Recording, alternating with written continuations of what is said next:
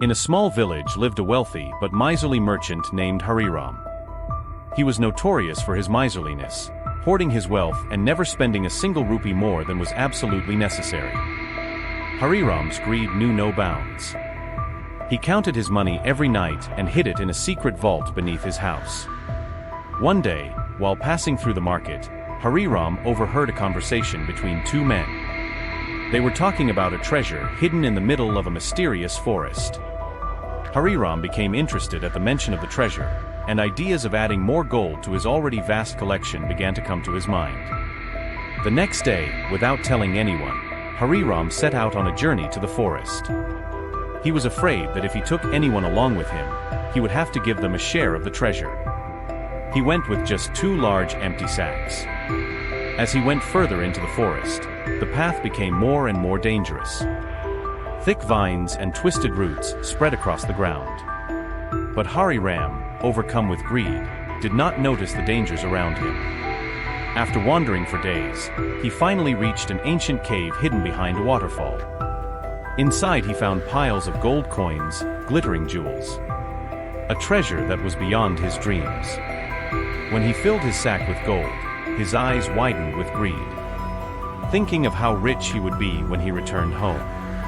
However, when he came out of the cave, he realized how dense and unfamiliar the forest was. He had completely forgotten his way. The path that seemed so clear before had now become a maze of trees and bushes. But Hariram was not one to give up his treasure easily. So he kept moving forward, determined to find his way back.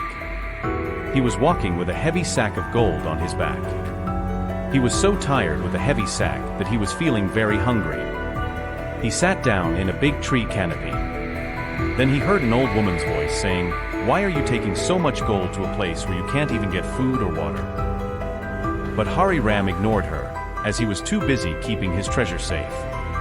The old woman further said, "I promise to give you enough food and water in my hut, if you promise to give me half of your 2 bags of gold. Anyway, the journey is very long and difficult. You cannot carry so much without food and water." Hariram, desperate and tired, agreed. The old woman arranged for him to eat and drink in her hut in the dense forest. After eating his fill, Hariram left, leaving his half bag of gold for the old woman.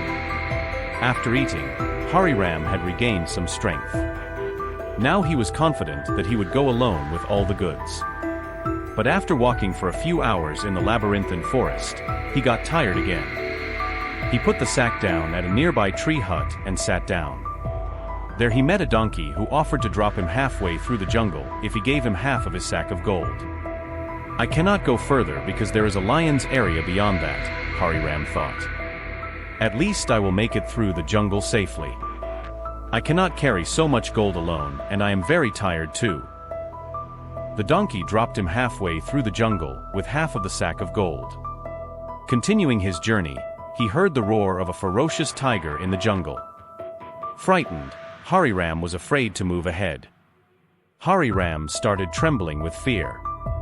As the night fell, Hariram found himself lost again, this time surrounded by scary sounds and glowing eyes.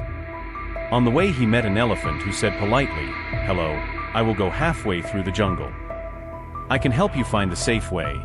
I can drop you at the end of the jungle, but the price is half of your gold." Frightened and tired, Hariram agreed to go with the elephant.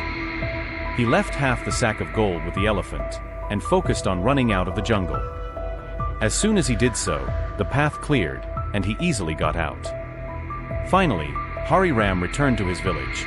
His greed for wealth had put his life in danger. When he reached home, all the money in his house had been stolen by thieves. He was left with almost nothing except the clothes on his body. The villagers, who were once jealous of his wealth, now considered him a fool. Realizing the folly of his greed, Hariram vowed to live a different life. He decided to use the little gold he had left to help the needy and start his life again with a new attitude, without greed and hard work. Dhaniram had now understood that no matter how much you add out of greed, it will never last. The one who earns with hard work and helps everyone, he is blessed and remains happy.